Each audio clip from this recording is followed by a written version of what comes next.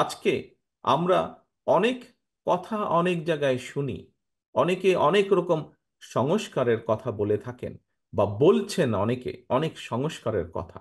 আপনারা যদি একটু চিন্তা করে দেখেন, এই দেশের মানুষের পরিবর্তনের জন্য, ভাগ্যের পরিবর্তনের জন্য, এই দেশের পরিবর্তনের জন্য বাংলাদেশ জাতীয়তাবাদী দলই বাংলাদেশে সংস্কারের যে কথা সবচেয়ে প্রথম, তার সেই প্রিয় দল বাংলাদেশ জাতীয়তাবাদী দলই সংস্কারের কথা বলেছে।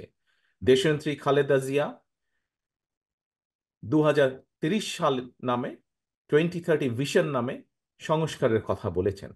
আমরা 2023 সালে দলের পক্ষ থেকে এবং পরবর্তীতে আবার তার কয়েকদিন পরে গণতন্ত্রের পক্ষে যতগুলো দল লড়াই করেছে গণতন্ত্রের পুনরুদ্ধারের জন্য, সকল দল একত্রিতভাবে আমরা 31 দফা দিয়েছি সংস্কারের পক্ষে।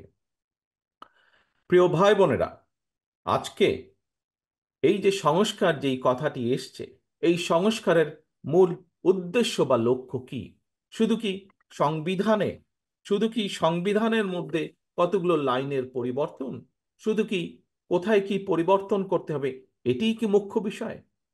হ্যাঁ, সংবিধানে অবশ্যই কিছু পরিবর্তনের প্রয়োজন আছে। বিভিন্ন স্থানে দেশ পরিচালনার জন্য বিভিন্ন যে সকল বিষয় আছে, অবশ্যই সময়ের পরিবর্তিত অবস্থার সাথে, দিন দুনিয়ার পরিবর্তিত অবস্থার সাথে অবশ্যই কিছু সংস্কারের প্রয়োজন আছে। কিন্তু একজন রাজনৈতিক কর্মী হিসাবে আমি মনে করি, সেটিকেই আমি সংস্কার বলে মনে করি, যেই পরিবর্তনের ফলে এই যে মাঠে হাজারো মানুষ উপস্থিত আছেন, এইরকম সারা দেশে ছড়িয়ে ছিটে থাকা লক্ষ কোটি যারা সাধারণ মানুষ আছে, সেই মানুষের ভাগ্যের পরিবর্তন, অর্থাৎ ভালো পরিবর্তন হবে যেই কাজগুলো করলে, আমি মনে করি সেগুলোই সংস্কার। শুধু বইয়ের কতগুলো লাইন পরিবর্তন করাকেই একজন রাজনৈতিক কর্মী হিসাবে আমি সংস্কার মনে করি না।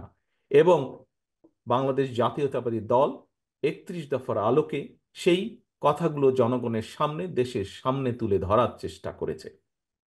বর্তমানে অনেকের কাছ থেকেই আমরা সকলের প্রতি সম্মান রেখেই বলতে চাই, অনেক ব্যক্তি অনেক সংস্কারের কথা বলছেন, তবে এই সংস্কারের কথা সবচেয়ে প্রথম আপনাদেরই এই প্রিয় দল বাংলাদেশ জাতীয়তাবাদী দলই দেশ এবং জাতির সামনে উপস্থাপন করেছে।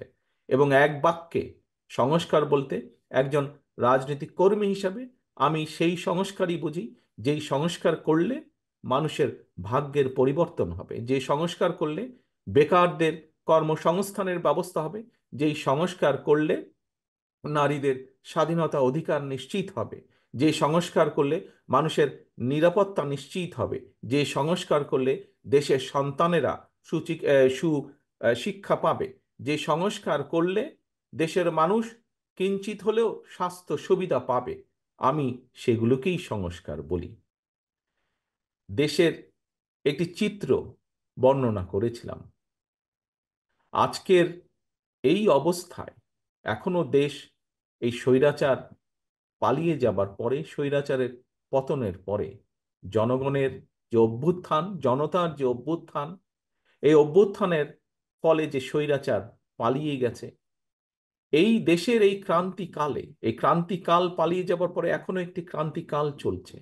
বিভিন্ন সময় আমি আমার বক্তব্যে বলেছি, বিভিন্ন নেতৃবৃন্দ বলেছেন যে স্বৈরাচারের মাথা হয়তো পালিয়ে গিয়েছে, কিন্তু তাদের প্রেতাত্মারা সমাজের, প্রশাসনের বিভিন্ন জায়গায় এখনো রয়ে গিয়েছে, এবং সেখান থেকে তারা তাদের বিভিন্ন ষড়যন্ত্রের বীজ বপনের চেষ্টা করছে।